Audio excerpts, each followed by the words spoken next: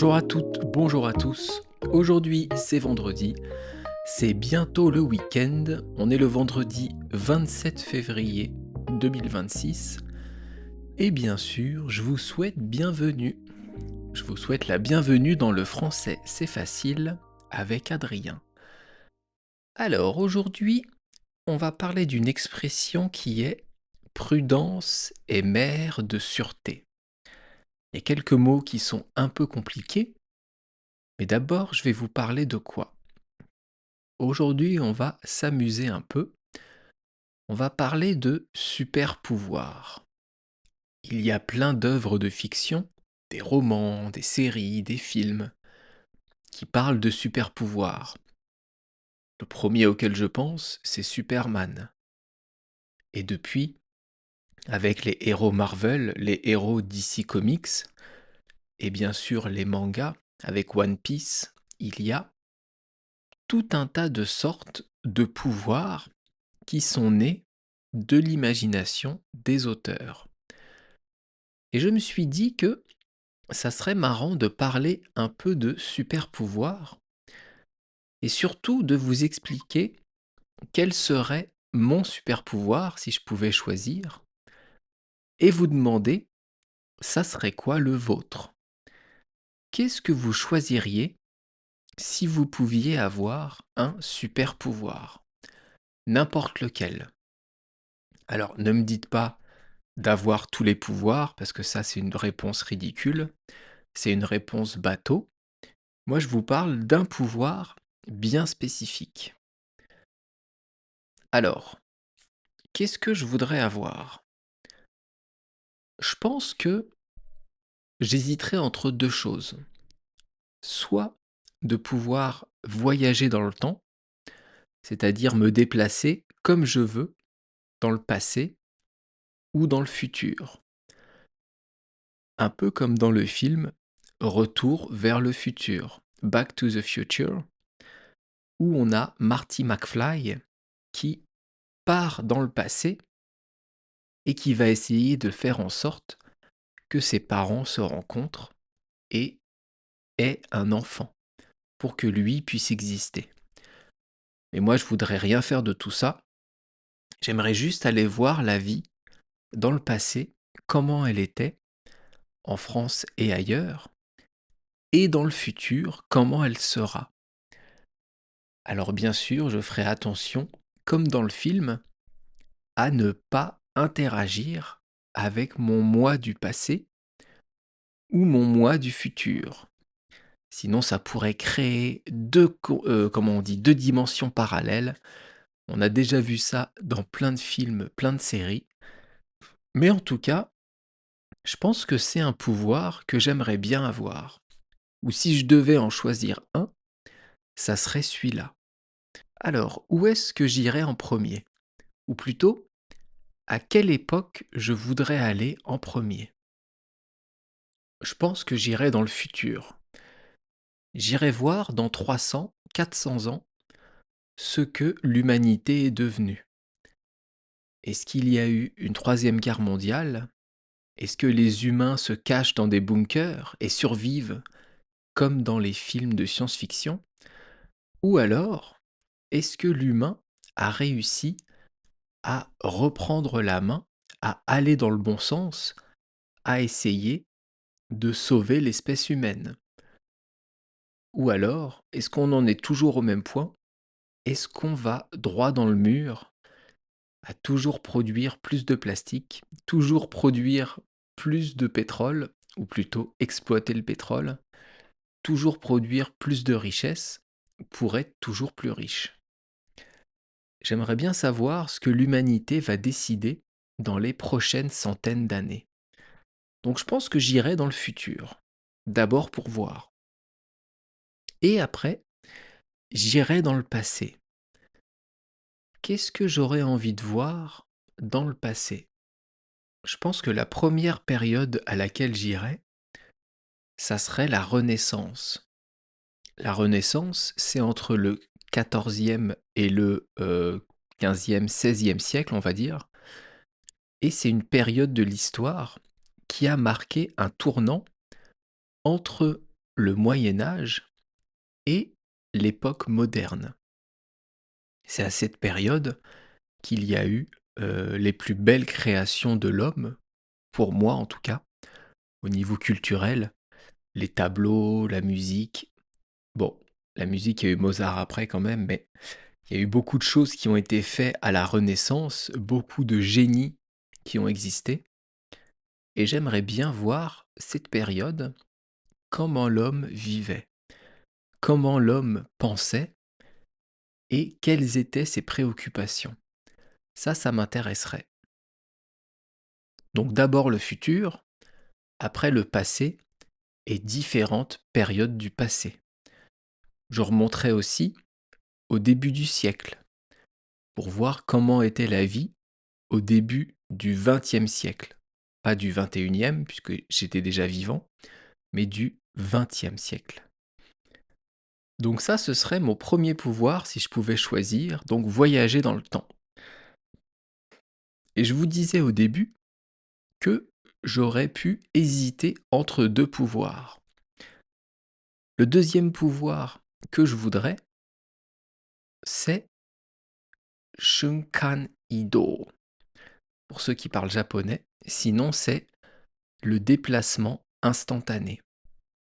C'est une technique d'ailleurs de Son Goku dans Dragon Ball. Quand il met ses deux doigts sur le front, en français c'est déplacement instantané, mais en japonais c'est Shukan Ido. Et ça, c'est d'aller d'un endroit à un autre en un instant. Comme son nom l'indique, c'est se déplacer instantanément à n'importe quel endroit du globe. Pour ceux qui ont vu la série Heroes des années 2010-2015 je pense, eh bien dans cette série, il y avait un personnage qui s'appelait Hiro Nakamura qui pouvait se déplacer n'importe où. Et ça, ce serait un pouvoir incroyable. Vous imaginez pouvoir voyager partout sans avoir besoin de prendre l'avion et en un instant. Pouvoir visiter tous les pays du monde, toutes les cultures, sans avoir besoin de prendre du temps de voyager. Ça doit être magnifique. Et des pouvoirs, si on continue à en parler, il y en a des milliers qu'on peut inventer. Il y a plein de super pouvoirs différents. Superman, c'est la base, être très très fort.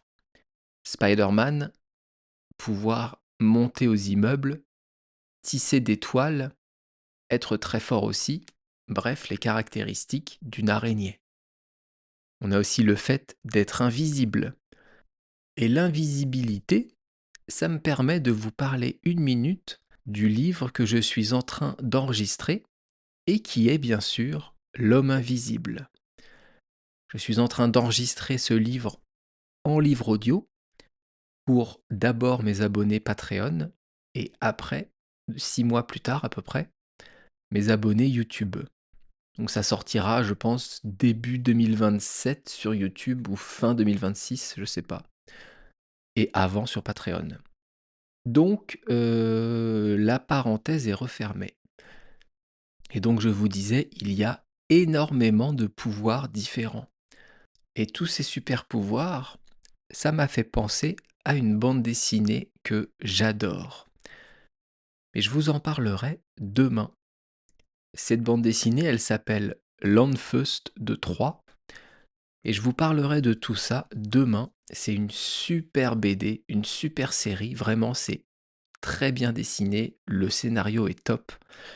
Mais je vous en parlerai donc un peu plus demain.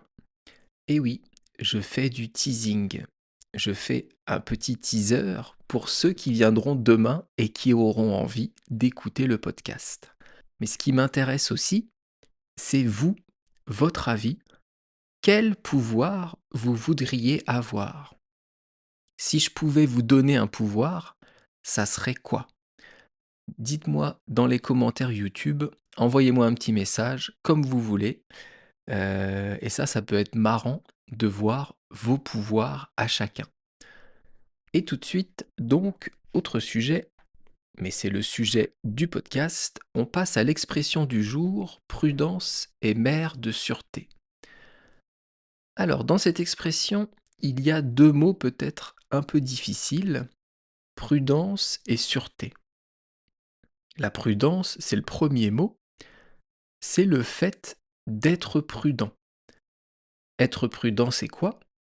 C'est faire attention aux problèmes qui peuvent arriver. Des problèmes qui ne vont pas forcément arriver, mais il y a la possibilité qu'ils arrivent. Donc être prudent, c'est ne pas prendre de risques, faire attention, anticiper, prévoir les possibilités de problèmes. C'est ça, être prudent.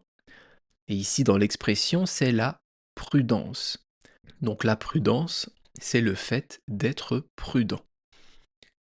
Ensuite, on a le verbe être. Après, mère, c'est maman. Donc, la mère de quelque chose, ça va être ce qui est à l'origine d'autre chose. Donc, on pourrait dire ici, la prudence est à l'origine de la sûreté. La prudence vient avant la sûreté, puisque la mère est là avant l'enfant. Et la sûreté, c'est quoi? La sûreté, c'est être en sûreté, être en sécurité, ne pas être en danger. C'est être dans un endroit sans risque, sans danger, où il n'y a pas de problème. Donc en fait ici, dans cette expression prudence est mère de sûreté, on nous dit qu'il faut faire attention. Il faut être prudent pour éviter les problèmes. En étant prudent, on va être en sécurité. En appliquant de la prudence, on va être en sûreté. Prudence est mère de sûreté. Pour être en sécurité, il faut tout d'abord être prudent. Si vous ne faites attention à rien, si vous conduisez très vite sur la route, si vous ne mettez pas votre ceinture, si vous ne mettez pas vos clignotants, vous allez être en danger. Mais de respecter les limites, de respecter le code de la route, de respecter les autres, de faire attention, d'être prudent, ça va vous donner de la sûreté. Vous n'allez plus être en danger. Avec la ceinture, avec le respect de la route, du code de la route, avec les airbags, etc., etc. Tout ça, c'est de la prudence, c'est faire attention et ça va vous mettre en sécurité. Est-ce que vous comprenez prudence et mère de sûreté? Est-ce que vous avez compris les mots? C'est comme si quelqu'un vous propose des activités un peu folles, comme le parachute, le saut à l'élastique, la Formule 1, tester une Formule 1 ou une voiture qui va très vite, que des choses qui peuvent être dangereuses, vous allez lui dire non merci, prudence est mère de sûreté. Ça veut dire non merci, je ne tiens pas à être en danger. Je suis quelqu'un de prudent parce que j'aime être en sécurité. On dit donc prudence est mère de sûreté. Cette expression, elle vient du 19e siècle, je crois, mais j'ai pas trouvé l'origine. Je pense que c'est une expression qui a été créée par quelqu'un qui n'était pas connu, et donc qu'elle s'est transmise de génération en génération. Ou alors c'était une expression dans une pièce de théâtre ou un bouquin, un roman, mais le bouquin ne devait pas être très connu, il n'y a que l'expression qui est restée. Et ça arrive souvent, hein, qu'il y ait des auteurs qui créent des phrases qui deviennent des expressions. L'expression passe dans le langage courant, on s'en souvient, mais on ne se souvient plus de l'auteur parce que le livre qu'il avait écrit ou les livres qu'il avait écrits n'étaient pas très bons, peut-être pas très intéressants. En tout cas, l'expression du jour prudence et mère de sûreté, ça veut dire faites attention et vous ne serez pas en danger. Prévenir des problèmes, c'est éviter les problèmes. On peut dire aussi deux précautions valent mieux qu'une. En anglais, ça se dit better safe than sorry. Il vaut mieux être en sécurité que désolé. Mais on dit en français prudence et mère de sûreté. C'est une expression du langage plutôt soutenu. C'est pas vraiment du langage courant parce qu'on le dit pas tous les jours.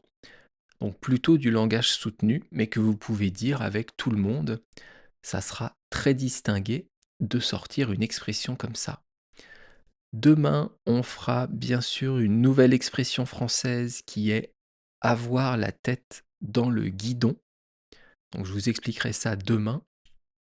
Et bien sûr, je vous parlerai comme promis de cette bande dessinée que j'adore, Landfeust de Troyes, avec des personnages qui ont des pouvoirs.